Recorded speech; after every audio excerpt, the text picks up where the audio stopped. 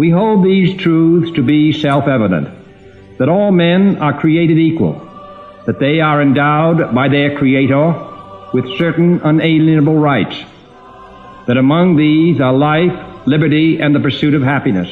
My name is Johnny Bluestar, host of Inalienable and Free, a program dedicated to the citizen and human rights of people in the United States and the rest of the world. This week we have witnessed another sad day for much of this planet's population, a day which highlights the spiritual and moral contradictions in moving the U.S. Embassy to Jerusalem at a time when it was quite predictable that violence would ensue. This day was the formal celebration of the opening of that embassy in Jerusalem. The promises for peace by, among others, Jared Kushner and Donald Trump rang particularly hollow in the light of hundreds of Palestinians wounded by live gunfire and almost 100 dead since that march began. To many, blaming Hamas for these deaths also seemed incredulous given the general peaceful, nonviolent actions of many of these protesters. Besides the actual move and opening of the embassy, another great hypocrisy of the Trump administration was to have the main pastor who was overseeing the ceremony, a person that, as presidential candidate Mitt Romney pointed out, was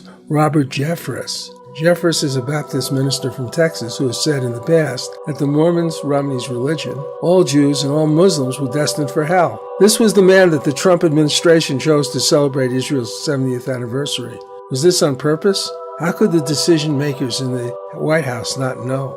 Perhaps important to the Palestinians and other observers in nations around the world is the claim that the occupation itself is illegal and the Palestinians need to be free to have their own sovereignty. Further, the actions of the Israeli army and their use of lethal force and their wounding hundreds with live fire is tantamount to crimes against humanity. In fact, if the occupation is indeed illegal, any force whatsoever is a violation of the Palestinian human rights. Further than that, although the reality of the situation might negatively reflect on the Palestinian people and their cause, given their situation, do they not have the right to defend themselves? Join us next Saturday as we explore the move of the embassies to Jerusalem and the dark, bloody shadows of the mythic peace they talked about at the official opening.